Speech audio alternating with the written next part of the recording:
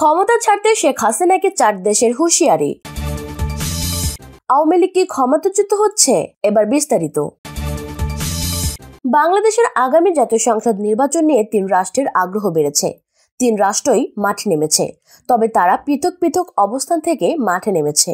মার্কিন যুক্তরাষ্ট্র, চীন এবং ভারত বাংলাদেশের আগামী নির্বাচন নিয়ে ব্যাপক আগ্রহী হয়ে উঠেছে এবং 3টি দেশের কূটনীতিকরাই এ নিয়ে ব্যস্ত সময় পার করছে। তবে অন্যান্যবার যেমন নির্বাচন নিয়ে সবগুলো বিদেশি দূতাবাসের একই রকম অবস্থান থাকে, এবার পরিস্থিতিটা তেমন নয়, বরং 3টি দেশেরই ভিন্ন ভিন্ন লক্ষ্য এবং উদ্দেশ্য আছে বলে দেখা যাচ্ছে। আজ মার্কিন রাষ্ট্রদূত পিটার ডি হাস বলেছেন, বাংলাদেশের নির্বাচন তারা অবাধ সুষ্ঠু দেখতে চায়, তবে কোনো বিশেষ দলের প্রতি তাদের কোনো পক্ষপাত নেই। মার্কিন রাষ্ট্রদূতের এই বক্তব্য এমন একটা সময় দেয়া হলো যখন মার্কিন সহকারী পররাষ্ট্রমন্ত্রী বাংলাদেশ সফর করছিলেন। এই সময় মার্কিন সহকারী পররাষ্ট্রমন্ত্রী বাংলাদেশে মানবাধিকার সহ বিভিন্ন ইস্যুতে আলোচনা করেন এবং তিনি ডিজিটাল নিরাপত্তা আইন বাতিলের ব্যাপারেও সুপারিশ করেন। সবকিছু মিলিয়ে আগামী নির্বাচন নিয়ে মার্কিন যুক্তরাষ্ট্রের অবস্থান খুবই স্পষ্ট।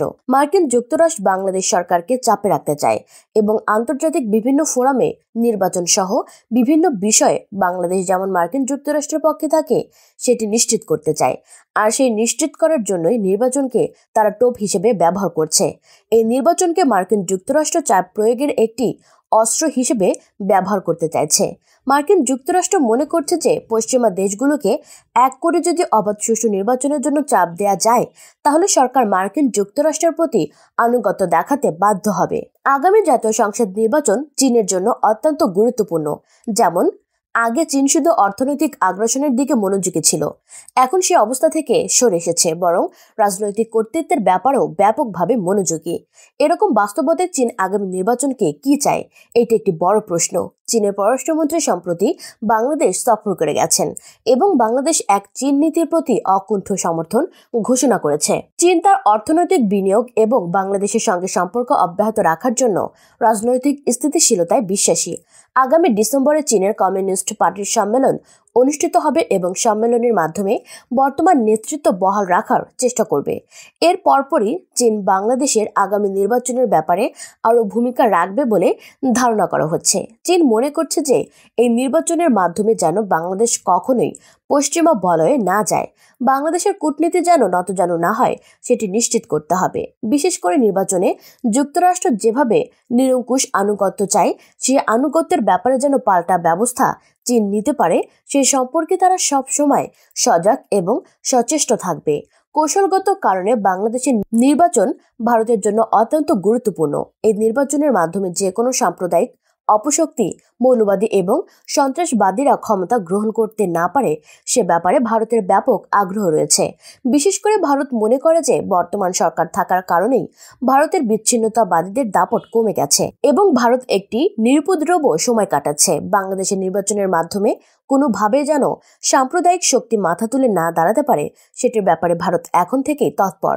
এই 3টি বৃহত্তর দেশের সক্রিয় অবস্থানের কারণে আগামী নির্বাচনের মাঠের লড়াইয়ের চেয়ে কূটনৈতিক লড়াই গুরুত্বপূর্ণ হয়ে উঠেছে। এখন দেখার বিষয় এই কূটনৈতিক লড়াইয়ে কে জেতে। অন্যদিকে আওয়ামী লীগের দ্বিতীয় ক্ষমতাধর ব্যক্তি তিনি, আওয়ামী লীগের সাধারণ সম্পাদক, একই সাথে সেতুমন্ত্রী। তিনি গতকাল এক বিস্ফোরক মন্তব্য করেছেন। এই মন্তব্য নিয়ে আওয়ামী লীগের মধ্যে তোলপাড় চলছে। আওয়ামী লীগের নেতারা দলের সাধারণ সম্পাদকের বক্তব্যে হতবাক। গতকাল আওয়ামী লীগের দলীয় কার্যালয় বঙ্গবন্ধু এভিনিউয়ে অঙ্গ সহযোগী সংগঠনের সঙ্গে এক জরুরি বৈঠক অনুষ্ঠিত হয়। বৈঠকে নেতৃত্ব দেন আওয়ামী লীগের সাধারণ সম্পাদক ওবায়দুল কাদের। এই বৈঠকের সূচনা বক্তব্যে ওবায়দুল কাদেরের একটি বক্তব্য নিয়ে এখন আওয়ামী লীগের মধ্যে হুলস্থুল শুরু হয়েছে। আওয়ামী লীগ পালানোর পথ পাবে না, বিএনপি নেতাদের এমন বক্তব্যের জবাবে আওয়ামী লীগের সাধারণ সম্পাদক, সড়ক পরিবহন ও সেতুমন্ত্রী ওবায়দুল কাদের বলেছেন, আপনারা প্রতিদিনই বলেন সরকার পালিয়ে যাবে, কোথায় পালাবে? আওয়ামী লীগের পালানোর ইতিহাস নেই, প্রয়োজনে দেশের মাটিতে জেলে যাব, পালাবো না। এই কথাটা নিয়ে এখন আওয়ামী লীগের মধ্যে নানামুখী বিশ্লেষণ হচ্ছে। আওয়ামী লীগ নেতারা বলছেন, দলের সাধারণ সম্পাদক যখন এরকম মন্তব্য করেন তখন বুঝতে হবে দল সংকটে রয়েছে, সরকার সংকটে রয়েছে। আসলে কি সরকার সংকটে রয়েছে? এই প্রশ্নটি করলেন আওয়ামী লীগের একজন তৃণমূলের নেতা। তিনি বললেন, এই সময় দলের নেতাকর্মীদেরকে আরো উজ্জীবিত করা দরকার, তাদেরকে উৎসাহিত করা দরকার। কিন্তু জেলে যাওয়ার কথা বলে তিনি আওয়ামী লীগের মধ্যে ভীতি ছড়িয়ে দিলেন। আওয়ামী লীগের অন্য একজন নেতা বলছেন, দলের সাধারণ সম্পাদক যদি এখন এরকম আতঙ্ক ছড়ানোর হতাশার কথা বলে, তাহলে তো কর্মীদের মনোবল ভেঙে যাবে। এখন বিরোধী দল আন্দোলন শুরু করেছে।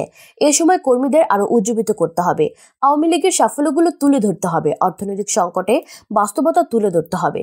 কিন্তু সেসব না করে তিনি প্রয়োজনে জেলে যাওয়ার কথা বলছেন কেন? অবস্থা কি তাহলে এতই খারাপ হয়ে গেছে যে সামনের দিনগুলিতে আওয়ামী লীগকে জেলে যেতে হবে, আওয়ামী লীগকে ক্ষমতাচ্যুত হতে হবে? আওয়ামী লীগের সিনিয়র কোনো নেতাই তার এই বক্তব্য পছন্দ করেননি। বৈঠকে যারা উপস্থিত ছিলেন এরকম একজন প্রেসিডিয়াম সদস্য নাম প্রকাশ না করার শর্তে বলেছেন যে তার এই বক্তব্যের পর আমি হতবাক হয়ে গেলাম। তিনি কি বলছেন, তিনি কি জেনে শুনে এই কথাগুলো বলছেন কিনা সেটি বোঝার চেষ্টা করলাম।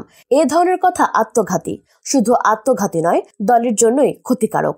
এ ধরনের কথা জনমনে বিভ্রান্তি তৈরি করবে। একটি বক্তব্যের মাধ্যমে সাধারণ মানুষ মনে করবে আওয়ামী লীগের অবস্থা ভালো না, দেশ বোধহয় শ্রীলঙ্কার মতো হতে যাচ্ছে। কিন্তু বাস্তব পরিস্থিতি তো তার থেকে যোজন যোজন দূরে। আওয়ামী লীগের দ্বিতীয় দফা সাধারণ সম্পাদক ওবায়দুল কাদের ডিসেম্বরে আওয়ামী লীগের কাউন্সিল অনুষ্ঠিত হতে যাচ্ছে। সেই কাউন্সিলে টানা তৃতীয়বারের মতো সাধারণ সম্পাদকের জন্য তিনি অন্যতম দাবিদার। কিন্তু তিনি যখন জেলে যাওয়ার কথা বলেন, পালাবেন না বললেন, তখন আওয়ামী লীগের নেতাকর্মীদের কাছে কি বার্তা যায়? এই প্রশ্নটি সর্বমহলে আলোচিত হচ্ছে। সাম্প্রতিক সময়ে সরকার নানামুখী চাপে রয়েছে। ডিজেলের মূল্য বৃদ্ধির ফলে জনমনে এক ধরনের অস্থিরতা তৈরি হয়েছে।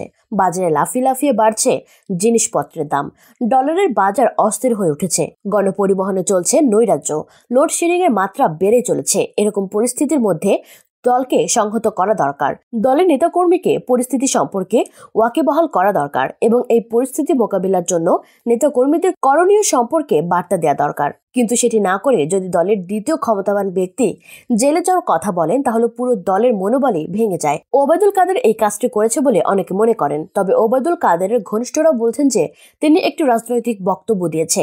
বিরোধী দল বারবার বলছে পালানোর পথ পাবে না। তার জবাবে তিনি আওয়ামী লীগের সাহসিকতার উপমা হিসেবে এই মন্তব্যটি করেছে। তবে আওয়ামী লীগের নেতারাই বলছে যে বিএনপি যখন বলছে পালাবার পথ পাবে না, তার জবাবে আওয়ামী লীগ যদি বলে যে আওয়ামী লীগ আগামী নির্বাচনেও জিতবে, জনগণ আওয়ামী লীগের সঙ্গে আছে, আওয়ামী লীগকে কেন পালাতে হবে? সেটি হতো যৌক্তিক। তা না করে তিনি আওয়ামী লীগকে ক্ষমতাচ্যুত করার বার্তা দিলেন কেন? সেই প্রশ্ন এখন আওয়ামী লীগের ঘরে ঘরে।